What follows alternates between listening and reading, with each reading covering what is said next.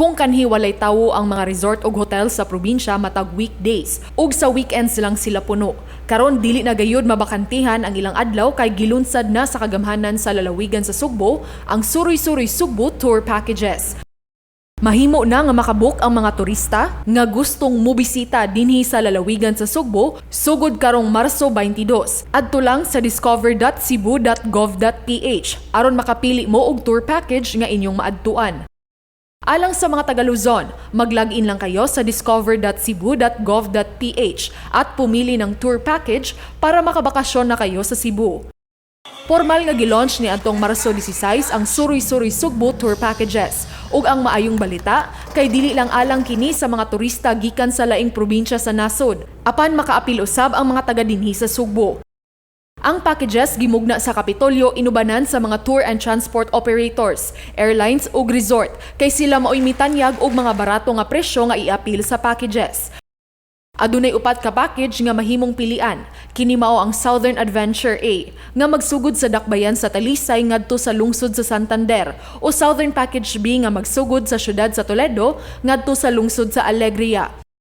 Northern Escapade nga magsugod sa lungsod sa Liloan padung sa tumoy nga lungsod sa Daan Bantayan ug Island Getaway Package diin pilian ang isla sa Malapascua o sa isla sa Bantayan.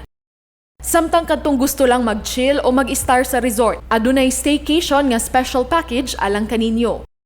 Ang mga presyo niini mo range gikan sa 5,500 pesos ngadto sa 12,750 pesos alang sa double occupancy para sa premium accommodation. Aduna usab presyo nga 7,000 ngadto sa 18,750 pesos alang sa single occupancy. Aduna usab special price alang sa mga gusto lang mag-staycation. Alang sa upat ka adlaw ug tulo ka gabi nga pag-star, ang maong mga presyo apil na ang round trip airfare, breakfast ug lunch, sakyanan, accommodation ug aduna pagyoy travel essential health kit bag. Ang among target is by 22, this March 22, pwede na kita mo book.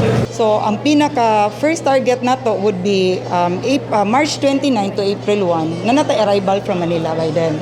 Since vast man kayo ang ato ang province, para lang bitaw matutukan gid ba. So, we have a schedule on the first batch gamari, which is March 29, April 1, that will be south.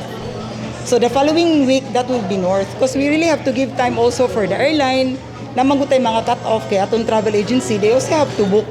Kay daghan magutag players here from different nato nga tourism stakeholders and enterprise. So by week ato So first week would be South A, South B because sa South nato we have two packages and then the following week and so on and so forth. North na po ang pikas, interval sila. It's just the staycation nga open siya since ang staycation nato manggod, we offer just one venue. So we carry in from the airport all the way to the hotel or resort nga ilang gusto. Adto na sila magstay din, kuhaon na pud sila, padung na pud balik sa airport. So that's what we call the staycation. Kadtong mga lokal nga turista, minus 2,000 ang inyong mabayaran nga package kay dili naman kamo kinahanglan mo sakay pa og eroplano. Even the locals can avail. So for the locals, we have the same offer, lesser siya of course. Arita sa Capitol grounds lang ang atong pick up. Aro na po ang drop-off. The same as what we usually do sa itong Suroy-Suroy. Gisiguro ni Gobernador Gwendolyn Garcia nga dili lang pagbangon sa turismo ang gisiguro sa probinsya sa Sugbo. Apan gusto usab niini masiguro nga maayo ang panglawas sa mga guest. Istrikto nga ipatuman gihapon ang health and safety protocols ubos siyang Executive Order No. 20-A. Adunay mga healthy drinks nga ihatag sa mga bisita o gisiguro sa mga resorts ang pag-disinfect sa mga rooms nga ilang puy-an.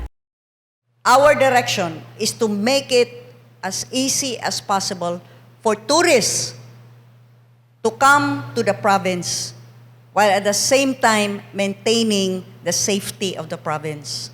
This is the way Cebu does it. This is the way Cebu proves we are moving on and moving forward. Alang sa mga gustong mo-avail sa maong package, mahimo ninyong bisitahon ang Cebu Provincial Tourism Portal nga discover.cebu.gov.ph. Paula Mendoza, Balita sa Sugbo.